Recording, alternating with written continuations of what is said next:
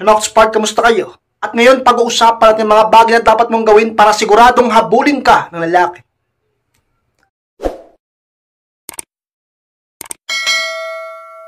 At kung handa na po kayo, masarap po tayo. At muli, be inspired.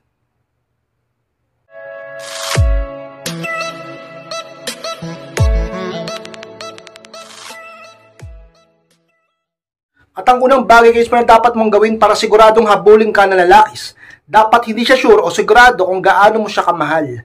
Yan ang unang bagay guys na dapat mong gawin. Dapat hindi niya matiyak kung gaano mo siya kamahal. Kaya nga pala yung sinasabi sa inyo na huwag kang laging magparamdam, huwag kang laging sobrang needy, at huwag laging talaga namang ibuhusan lahat. Kasi kapag ang lalaki hindi niya nakikita o hindi niya masyadong maramdaman na sobrang mo siyang mahal, hindi niya matantya kung hanggang saan ang pagmamahal mo, doon siya palaging naghahabol ng validation. Doon siya palaging talaga namang napapaisip patungkol sa iyo. At kapag ang lalaki napapaisip patungkol sa iyo palagi at naghahabol ng validation mo, ang lalaki nag-i-invest sa iyo. Mas lalong kang nagiging mahalaga sa kanya. Mas lalo ka nagiging importante sa kanya. Mas lalo siyang nahuhook at nahuhulog sa iyo. Mas lalo siyang nai-inlove sa iyo. Kaysa sa masyado siyang kampante at alam na alam niya kung gaano mo siya kamahal. Alam na alam niya kung hanggang saan ang limitasyon ng iyong pag-ibig sa kanya. Doon magiging kampante siya at maaaring lumaki ang ulo niya at makagawa siya ng mga pagkakamali sa iyo.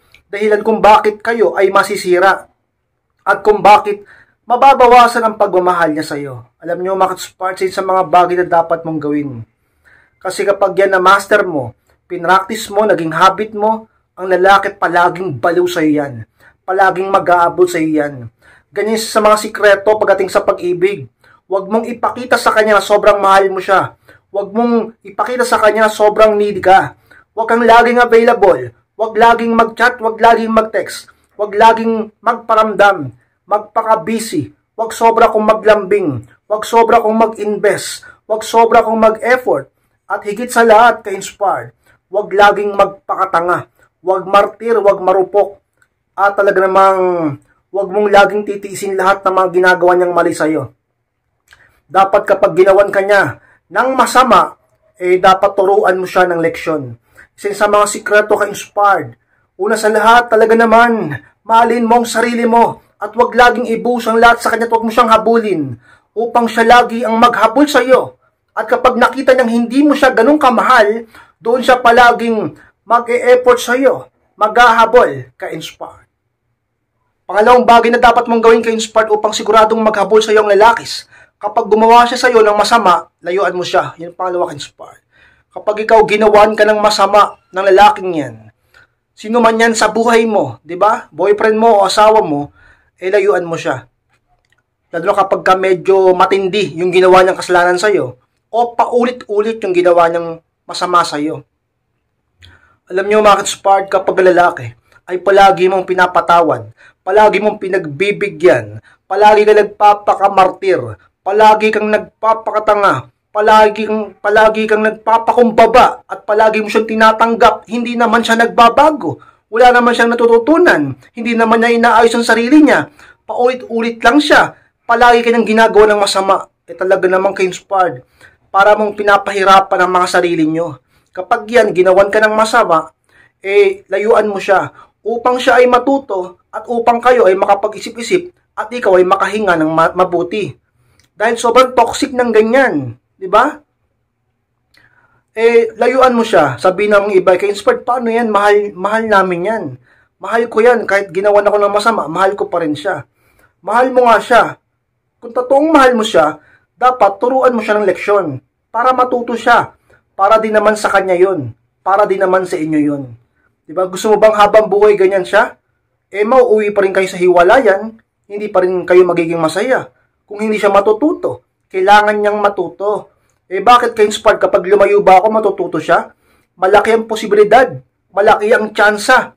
At subok na yan. At marami nang nabagong buhay dahil dyan. Yung mga babae, nagpakatapang at nagtiis at naghintay. Nagsakripisyo muna. Masakit, malungkot para sa kanila. Sapagkat mahal nila yung tao Pero yung mga babaeng yun ay talaga namang nagtiis at nagtiyaga, naghintay hanggang sa dumating ang tamang pagkakataon at yung lalaki ay nagsisi. Diba? Gamitin mo ang no contact rule upang yan ay talagang lubusang mabaliw sa'yo. Kapag ikaw ginawang ka ng masama, huwag ka nang magpaligoy-ligoy pa.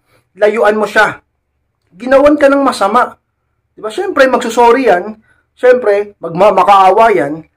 Pero, kailangan pahirapan mo muna. Lalong-lalo na kapag ka second chance na yan, third chance, ilang beses mo nang pinatawad, paulit-ulit naman, pahirapan mo kasi. Dapat siyang lubusang magsisi at maging sincere sa talagang paghingi ng tawad sa iyo. Hindi yung konting bulong, konting himas, konting lamas, konting bola, konting promise, pangako, sumpaan, bibigay ka na kagad at magiging okay na ulit kayo. Paglipas lang ng ilang panahon, babalik na naman yan sa dati. Sasaktan ka na naman yan. Gagawa na naman ng masama yan. Dapat mong pahirapan. Layuan mo hanggang siya'y lubusang magsisi upang siya'y mapaisip sa mga panahong wala nasa malayo ka. Huwag mo siyang kausapin. Huwag mo siyang replyan. Huwag kang magparamdam. Lubusan kang lumayo sa kanya sapagat sa mga sikreto upang talaga mang makita niya ang halaga mo at mahalin ka niya. At lagi siyang maghabol ng maghabol sa iyo. At maging totoo ang pag-ibig niya sa iyo. At magbago siya at maging maligaya kayo. Ka-inspired. Pangatlong dapat mong gawin ka-inspired upang siguradong maghabol sa iyong lalakis. Ipakita sa kilos mo ang iyong halaga. Yun ang pangatlo ka-inspired na dapat mong gawin. Ka-inspired, paano ba gagawin yan? Ang problema sa iba, sinasabi niyong mahalaga kayo. Sinasabi niyong pinapahalagahan yung sarili niyo. Hindi naman makita sa kilos mo. Ano ba yung mga halimbawa? Sinasabi mo pinapahalagahan mo sarili mo pero hindi ka naman nag-aayos. Hindi ka nagpapaganda. Hindi ka nagpapasexy, hindi mo hinahalagaan ang kalusugan at sarili mo. Tapos, palagi kayong sinasaktan, palagi kayong pinapahirapan, palagi kayong tinotoxic, palagi siya ng babae, palagi kayong niloloko. Pero andyan ka pa rin. Pinapahalagahan mo ang sarili mo sa bagay niyan? Sa tingin mo, pinapahalagahan mo ang sarili mo pag ganyan? Diba? Ilang beses ka niyang sinasaktan physical. Yung iba sa inyo, puro pasana sa mukha. Marami ng galos sa katawan, lagi kang sinasaktan sa physical. Yung iba naman, hindi man sinasaktan physical, pero bugbog na yung puso. Kawawa na yung damdamin. Diba? Gusto na magpahinga ng puso mo, pero yung ikaw na lang makulit eh. Mahal mo sarili mo niyan? Pinapahalagahan mo sarili mo niyan? O, ipakita mo na talagang pinapahalagahan mo sarili mo. Ganyan sa kilos mo. Kapag ka ikaw, inaabuso ka na, iwan mo, layuan mo. Makipagkalas ka o sabihin natin huwag ka magparamdam. O kung sinasaktan ka physical, reklamo mo para matuto. 'Di ba? O kung sa lagi kang niloloko, layuan mo. Palagi kang minumura. O 'di ba? Huwag mong kausapin. Minumura ka din naman eh. At iba pa, ipakita mo sa kilos mo. Huwag kang magpakatanga, sinasabi mong mahal ko sarili ko, pinapahalagan ko sarili ko, pero tanggap ka ng mura niya, tanggap ka ng sampal at suntok, tadyak niya.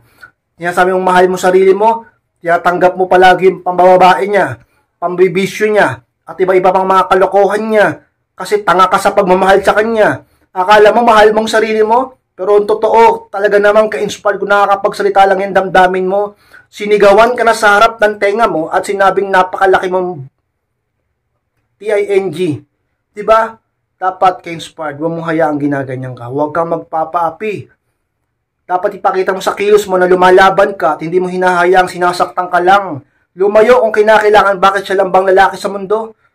Mag-self-improve ka at maraming lalaki dyan ka-inspired sa mga dapat mong gawin upang makita niyang halaga mo at lagi siyang maghabol sa iyo. Sigurado yan kapag tinigil mo ang katangahan mo at pinapakita mo sa kilos mo na pinapahalaga mo sarili mo, lagi ang maghahabol sa iyo. Sapagat papasok ang paggalang at respeto niya sa iyo na nawala ka-inspired.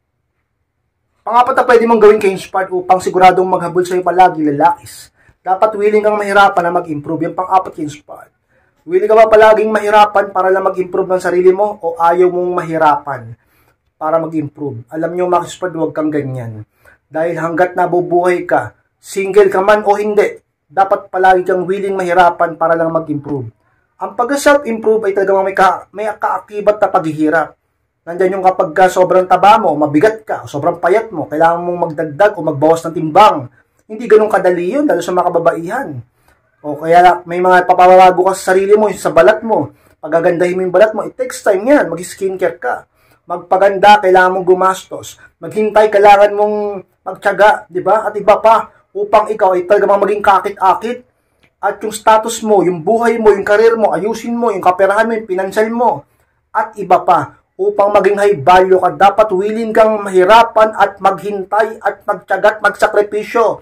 Dahil sa bandang dulo, ang resulta niyan ay talagang igagalang at mamahalin ka ng mga tao. At ang lalaking yan ay siguradong hahabol-habulin ka. O sino mang lalaking mahal mo ay mapapansin ka. Sa mga sikreto ka-inspired, ang mahalin at unahin at pahalagahan ang sarili. Dapat willing kang mahirapang mag-improve upang silang lahat ay talagang gustuhin ka at ang lalaking mahal mo ay siguradong habulin ka ka-inspired. Paliman dapat mong gawin ka-inspired upang siguradong hahabulin ka palagi ng isang lalakis. Dapat medyo inaakit mo palagi ang partner mo, yung paliman ka-inspired. Napakahalaga na ikaw na babae ka ay dapat medyo inaakit mo palagi ang partner mo upang siya ay hindi maakit sa iba. At ang attraction, ang interest at ang value ay sa'yo lang. Talaga namang ka-inspired, napakaraming babae sa mundo. Hindi lang ikaw ang babae sa mundo. Hindi lang ikaw ang maganda, hindi lang ikaw ang sexy, at hindi lang ikaw ang talaga namang attractive. Marami dyan maganda na, sexy pa, mapang-akit pa, malakas pa ang dating, talaga namang may appeal pa. Paano ka na lang makikipagsabayan yan? Sabi ng iba, ka-inspired, hindi naman ako nakikipaglaban Hindi naman ako nakikipagkompetensya. Hindi naman ako ganito, ganyan. Oo nga. Pero ang totoo, may labanan. Ka-inspired, anong merong labanan? Merong laging labanan sa attraction ng partner nyo. Kaming mga lalaki, talaga naman, na-attract pa rin talaga kami. Pero, kung ikaw, hindi mo pinapabayaan ang sarili mo, at marunong kang mang-akit sa partner mo, kahit marami pa dyan na magaganda at mapang-akit din, lamang ka pa rin. Bakit? Merong isang bagay na mas lalong nagpapalamang sa'yo. Maganda ka na, nangaakit ka pa, mahal ka pa niya. Diba? Ganyan yan. Minsan kasi hindi sapat yung mahal ka lang niya. Hindi sapat yung iniibig ka lang niya. O real talk na tayo, wala tayong plastikan dito. Diretsahan na, wala nang paligoy-ligoy pa. Hindi sapat na mahal ka lang niya. Dapat mayroong attraction. Dapat inaakit mo siya. Dapat palagi siyang naaakit sa'yo. Dapat palagi ka nagpapaganda. Dapat palagi ka nagpapasexy. Dapat palagi siyang nasasabik sa'yo. Hindi sapat na mahal ka lang niya sapagkat ang lalaki. Talaga namang ka-inspired. Diba? Since dapat mong tandaan, dapat mong gawin upang makatiyak at sigurado na laging ikaw lang ang mamahalin, kakakita at hahabulin, kababaliwan ng lalaking yan, ka-inspired. Mga ka-inspired, maraming salamat po sa pagtapos po ng vlog dito. Kung kalimutan na mag-like, comment, and pag-share na rin po upang makatulong din tayo sa iba. At sa mga hindi pa nakaklik ng subscribe, click nyo po yung subscribe mga ka-inspired, click nyo po notification bell upang ma-notify kayo pag may bago akong upload. Sa mga gusto magpapayo o humingi ng payo, message lang po ako sa aking Facebook and yung profile picture ko sa FB. I-message nyo ako dyan, ako po mismo ang siya magbabasa at magre-reply sa inyo. Maraming salamat mga ka-inspired, mag-ingat kayong lahat. Mahal ko po kayo at muli, be inspired.